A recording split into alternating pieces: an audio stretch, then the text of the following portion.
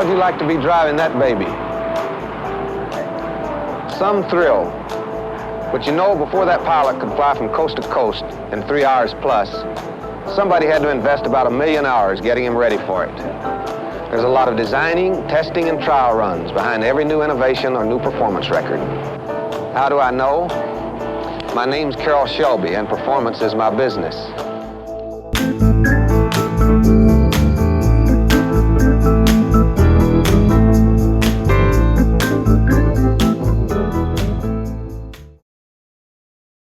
You know, part of what drew me to this car is going a little bit into the aviation stuff and being around the World War II airplanes and having the privilege to get to fly some of those and strapping into those, and they're very raw and they're very serious, and you know, you don't think about other things. You're not thinking about, you know, the work that's on your desk, or you're just like in that moment. So when I was kind of thinking, well, what kind of car would I want to have around, you know, just to play around with, and that's what kind of drew me to it, is it has that same raw feel. When you're strapping into the harness, you're kind of going, you know, this is serious. You got to be alert. You're not thinking of other things, and you know that it's, you know, it's not that I'm hungry for daredevil stuff, but you know, it will kill you quickly, and so you have to be careful about that. And so I think that was part of the draw to the car. So this particular car is one of the second generation cars. It's an alloy bodied one. The first owner ordered it. He was a film editor, a Hollywood film editor, and he worked on all the films that you can imagine, you know, like Convoy and Speed and Hunt for Red October and Apocalypto, and you know, all these, just everything. I think The Passion of Christ. He did all this film editing during this time period. He was working with Carol Shelby on a movie called Rollerball, and so Carol Shelby was building these second generation 4000 series Cobras, and so this gentleman was talking to Carroll about it because they were working on the film together. So he ordered the car through him, and it got driven too. I mean, you know, a lot of these cars, when you look, they've got like 4,000 miles on them total or something. And this one's, you know, 11,000 or something. So it's, you know, it actually gets driven, you know, and probably if you ask me a few more years, it'll have 20,000, you know, and you know, we'll just keep driving the heck out of it, and that's what we like to do.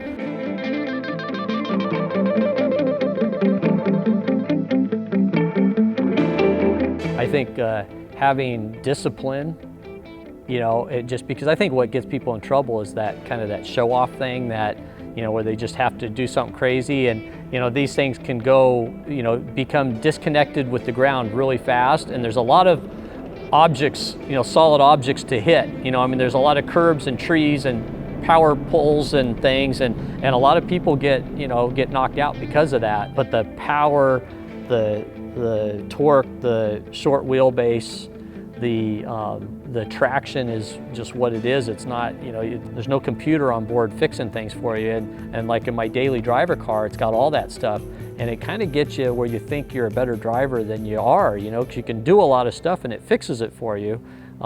This car won't do that. So for me, I just know that, you know, here's the limit. And as much as I'd like to say, oh yeah, I go right here, and sometimes I go past the limit, I'm usually like down here. You know, I definitely stay reasonable, because I don't feel I have anything to prove, particularly on the street, just driving the thing around. I just enjoy the feel of it, the sound of it, and the history, the connection to the history.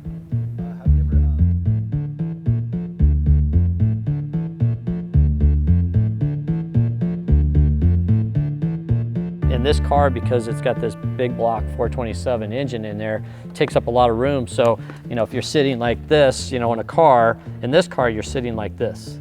There's no dead pedal space in here, so there's no place when you're off the clutch. There's nowhere to put your leg.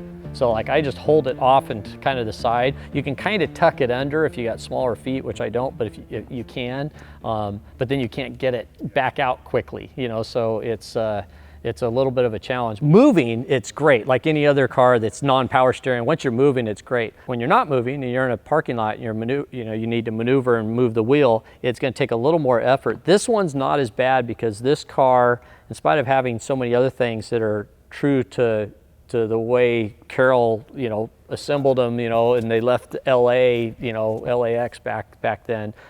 It has an aluminum 427, aluminum block 427, so that's a couple hundred pounds lighter. And just don't quote me on that, but I think that's about what it is. And so the front of the car is a lot lighter. I think if it had a cast iron 427 in it, the steering would be a lot heavier at really slow speed. But so I find it to be pretty light. But you know, you got a pretty big wheel, and then I've got a little bit of leverage on my upper body, and so it's maybe unfair to compare this because I've never really minded having a car that doesn't have power steering. Doesn't really bother me that much. But there's times, you know, when you're backing up and you're right in a corner, and now you're going to go like this because you're going to go that way, and you got to work at it a little bit. But it's not bad. If you drive it conservatively, you can drive it on the street quite comfortably. I mean, you know, it doesn't have the protection like if you get in a car accident. There's a lot of things it doesn't have. It doesn't have air conditioning, heating, and power or anything, and all that. You know, it's definitely raw in that sense. But you can drive it pretty comfortably on the street, conservatively. Yeah. I think if you are the guy who can't hold back, I think you're going to have a lot of trouble on the street, and then you're going to want to be on the track, right?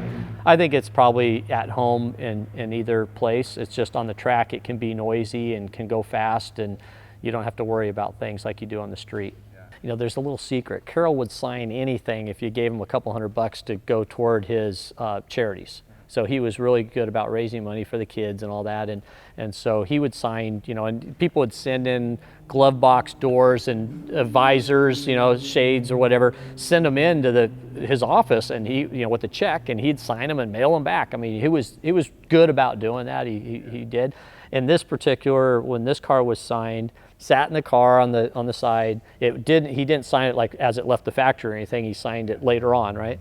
And he sat down and signed it, and he was sitting sideways, did this, and he kind of messed the C, kind of did a little dip in the C, and he goes, oh my gosh, and he was really polite. You know, you could be very sincere, and he's like, oh, that doesn't look good. Should I try to, you know, and they were all, and so oh no, and so he got in the car straight, because he was half sitting out of it when he did it, and then he kind of fixed the C a little bit, and then he did the rest of his deal. And you can still see that there's a little dip, and you can see where he tried to, like, oh, I'm sorry, like he tried to make it better.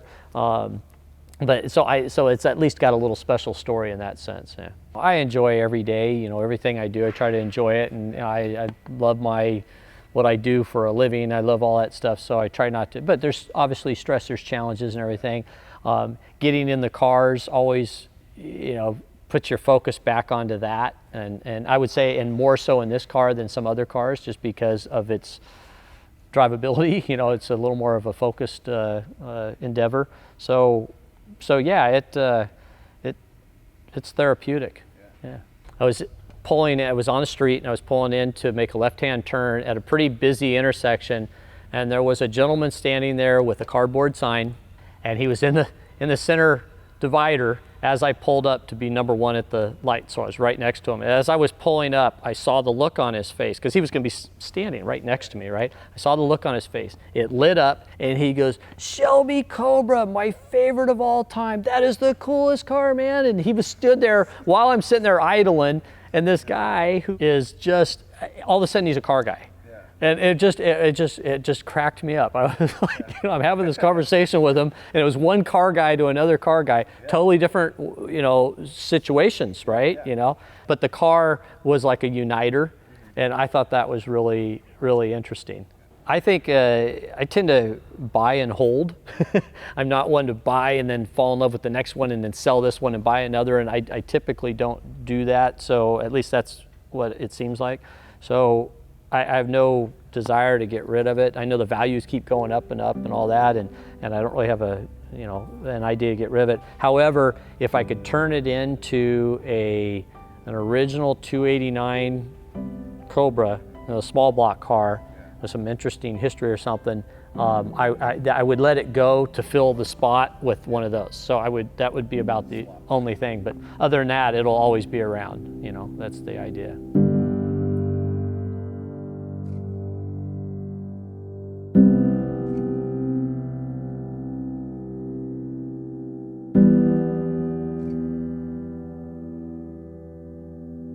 When I bought the car, didn't have a 55. I'm not one to, at the time, put numbers on the car or anything, unless I was going to go on the track, and then you might need a number or whatever. But and I always liked the look of the roundels, you know, the meatballs.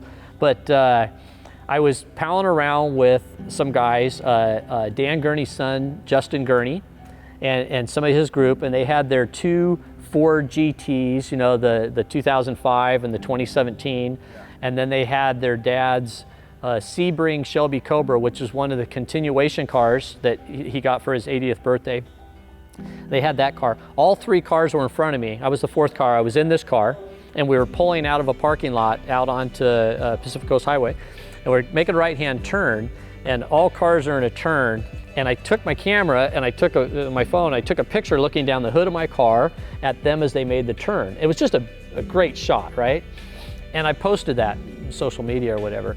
Well, Justin Gurney wrote back, and his comment was, if you're gonna hang out with us, you're gonna have to put a number on that beast, because all the other cars had numbers on them and mine didn't.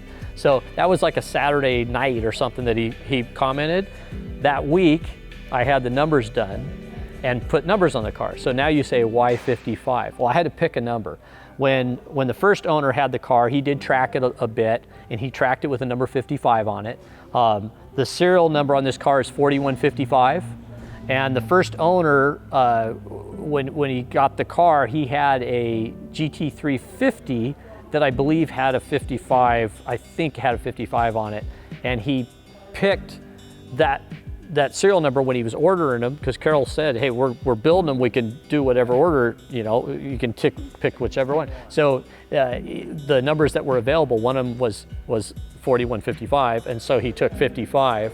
And so that's kind of where the 55 came from. That's translated, you know, all starting with Justin Gurney, but onto like my GT350, and it's just become a number, and the number has followed me around in strange, crazy ways that I can't even begin to describe. I'm wearing a watch. It's Radion, and it's made in Belgium. It's just a nice little automotive themed watch. They do limited editions. Coincidentally, they do 55 of each model. And the reason they do that is because it's named after a turn at the spa track, and the brand name, the 55 is the number of cars that start in their endurance race there, right? The grid is 55 long. So all their watches have a 55 theme. So when I saw that, I already had 55 on the car. I go, well, this is great. So I started looking at it, but you know, I wasn't totally sold on bright blue watch. But I saw that they had all these different models. Well, they had one that was the Carol Shelby Cobra model, this one. And it had been out like the year before, but they had sold out. They were all gone. So all of them were gone. They only make 55. They make 0 through 55, no number 13. And so they're all gone. But the factory had one that somebody had bought and then for whatever reason traded it back or whatever. So they had only one available. And so I started looking at it, and the number on it, they're numbered, you know, like 0 of 55, 10 of 55. Well, this one happened to be, of all the 55 in the whole world, only one available happened to be 41 of 55. That's the serial number of this car, 4155. So I had to buy the watch.